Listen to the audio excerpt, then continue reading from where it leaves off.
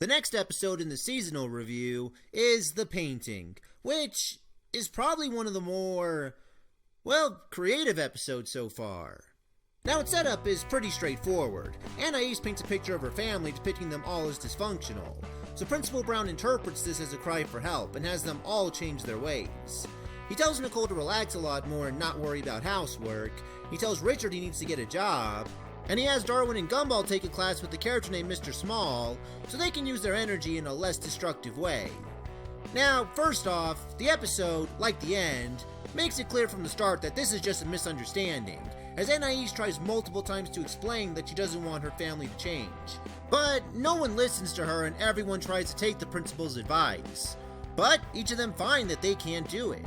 Nicole can't give up housework as she's grown to have an addiction for it. Richard gets hired for a job, but literally has problems just getting into the building, as every door in the building seems to not even want him there.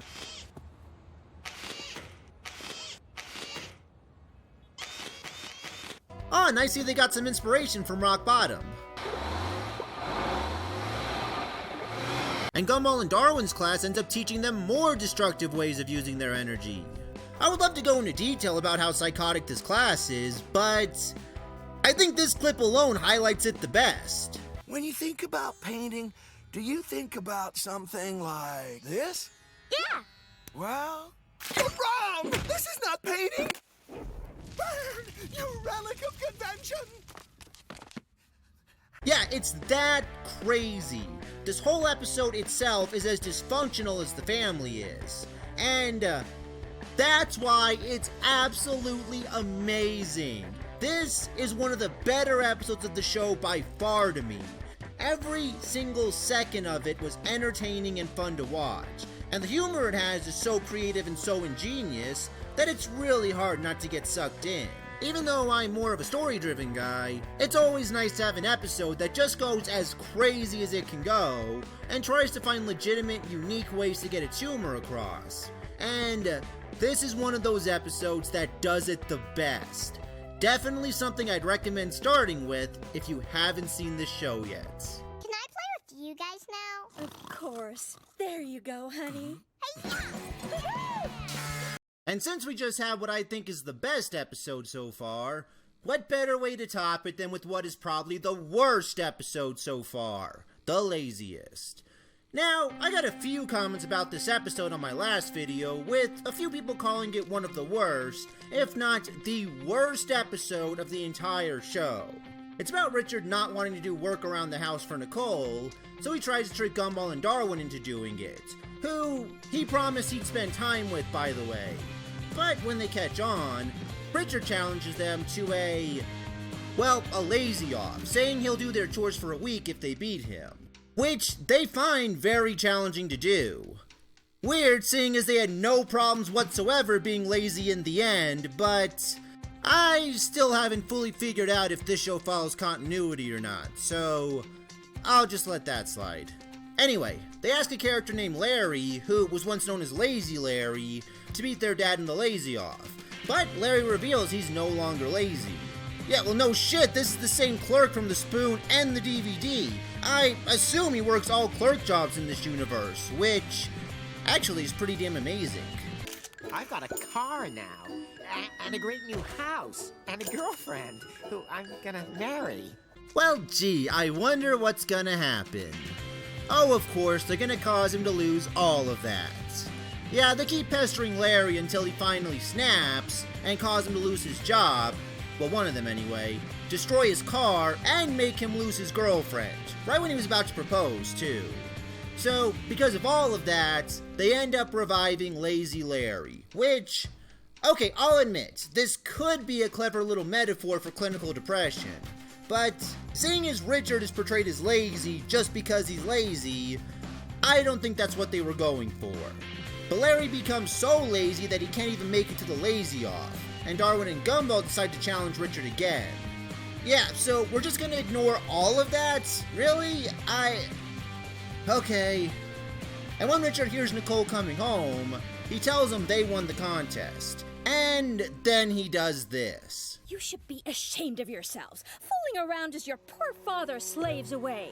When will it ever end? Yeah, I can see why so many people hate this episode. Now, would I call it worse than the debts? Well, I'll admit there are some things I do like about it. I actually like the joke where Lazy Larry literally turns into a couch. That's kinda funny.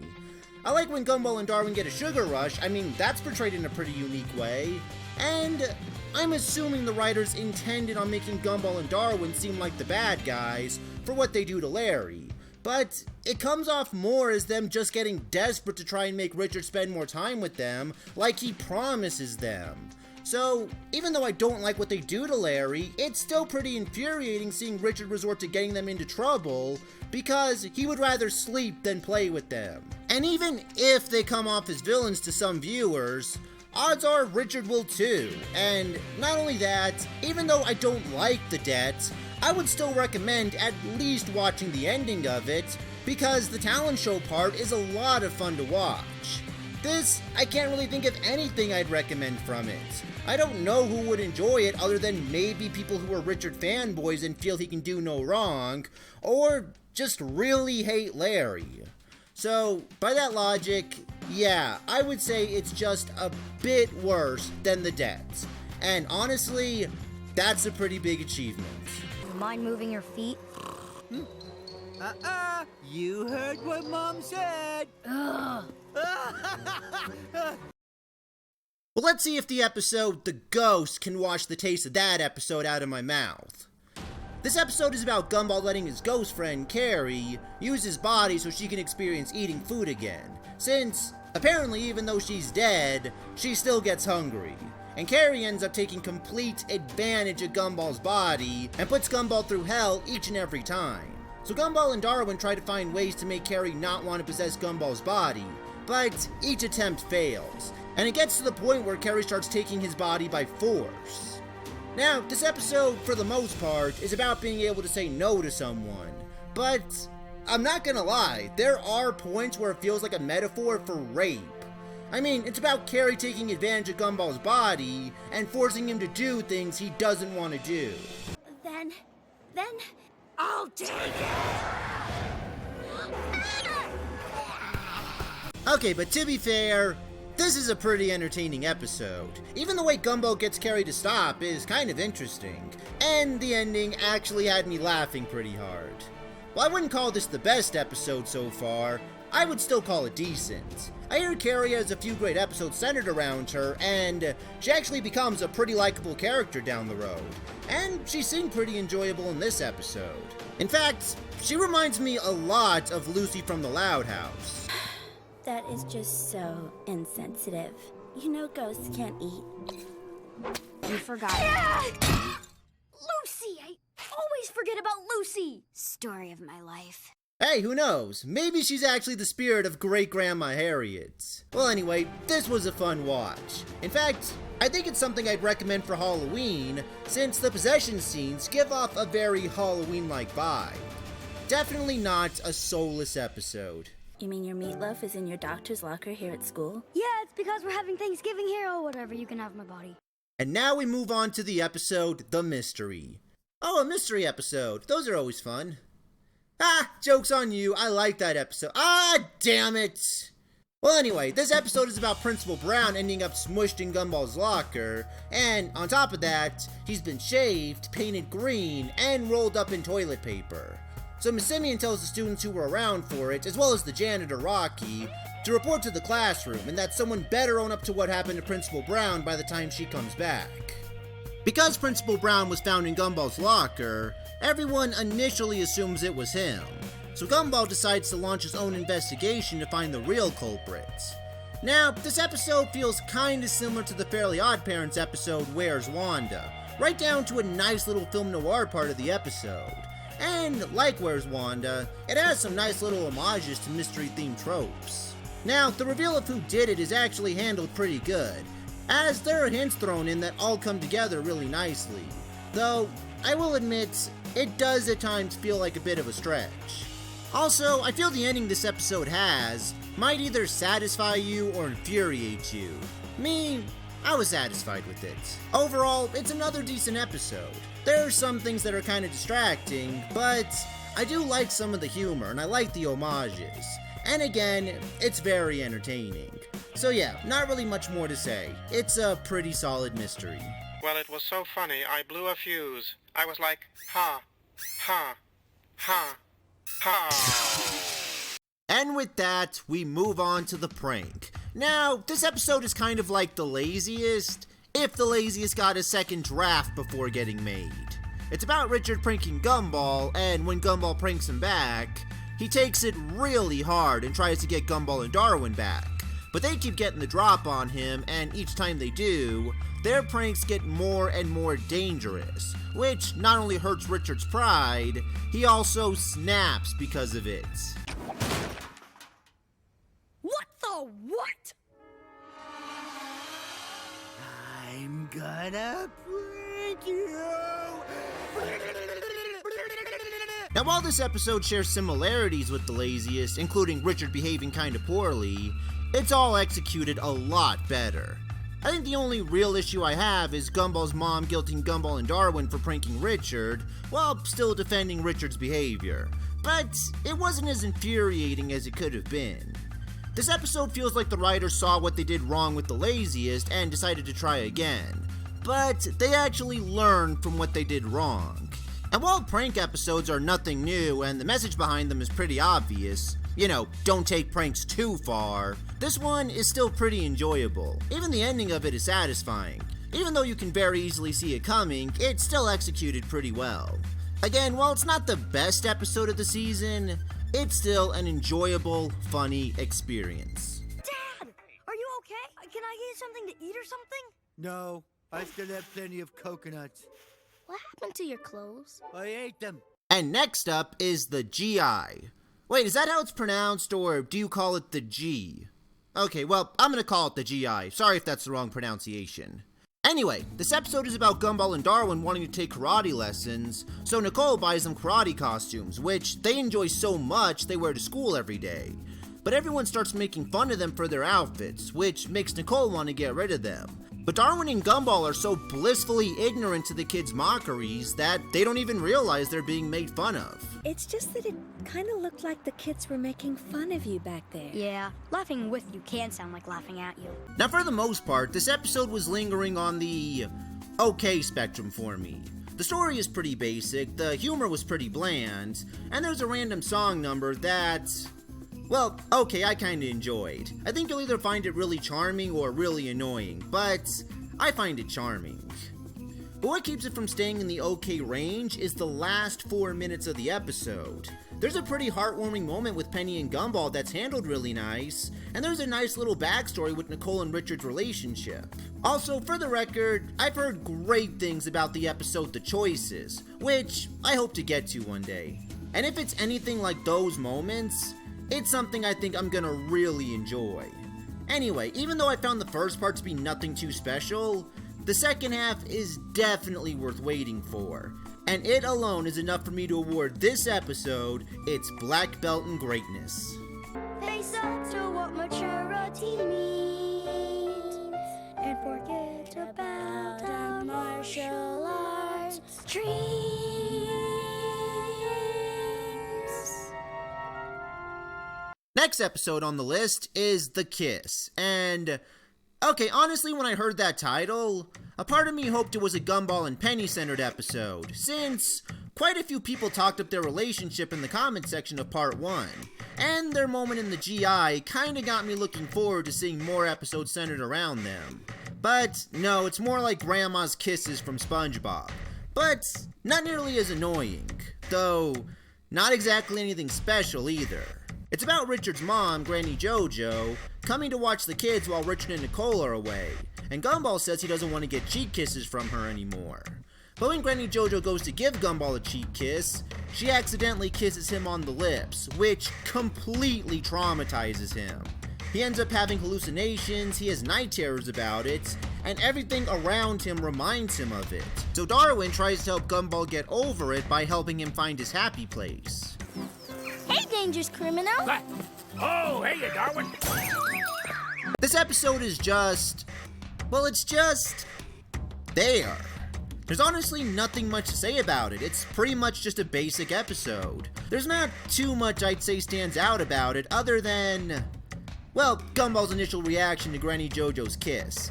It's actually pretty damn funny. Something's wrong with Gumball. Big props to the kid who voiced Gumball here. He did a great job with that line. Also, the way Darwin tries to help Gumball get over it in the end is pretty entertaining too. But aside from that, there's really nothing more to say about this episode. I mean, I guess it's worth a watch, and it's not infuriating or annoying really. It's just a typical cartoon episode. Take that for what it's worth. I carried your suitcase up to your room. Oh, well, good for you, dear. Now bring it back down. My bus will be here any minute.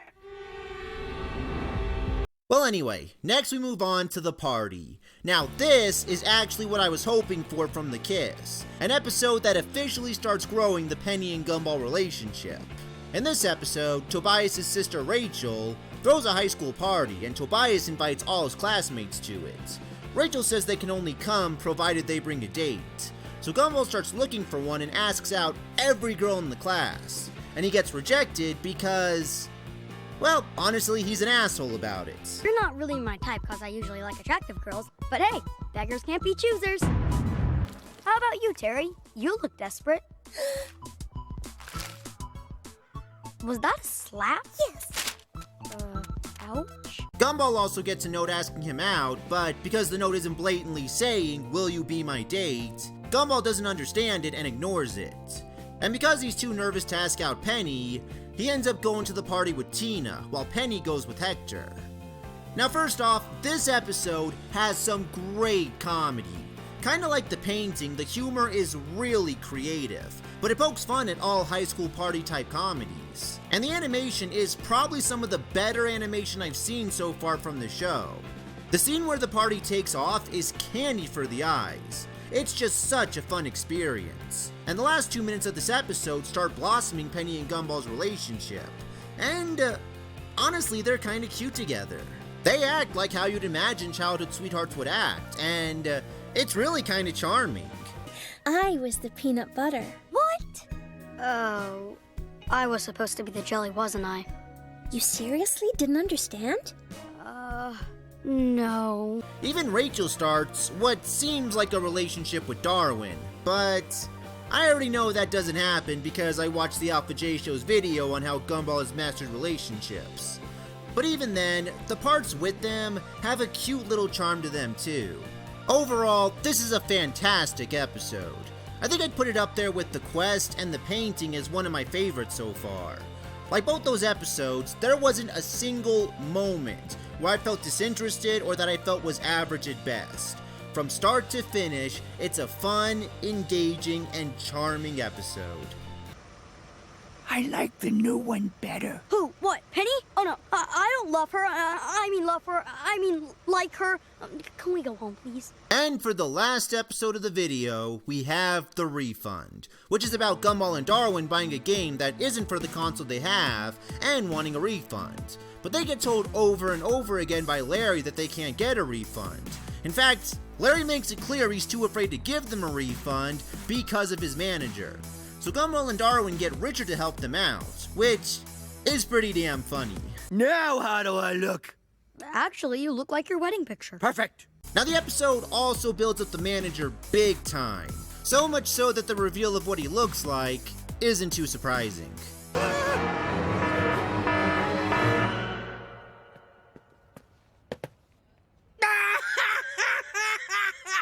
Now this episode feels kinda like a blend between the kiss and the prank. The first half is really nothing special, but the second half, Richard straight up steals this episode. Seeing him go all badass and square off with the manager is 5 straight minutes of hilariousness. Hell, Richard can even grow a mustache that puts Dennis from the SpongeBob movie to shame. This is what a real mustache looks like. Ha! You call that a mustache? Check this out. That's a horseshoe mustache, buddy. You don't beat that. So because of the second half of this episode, it's something I would recommend. And I would call it a decent episode to end this video with. Now that's what I call a bargain. Can we have your credit card, Mr. Dad? Totally.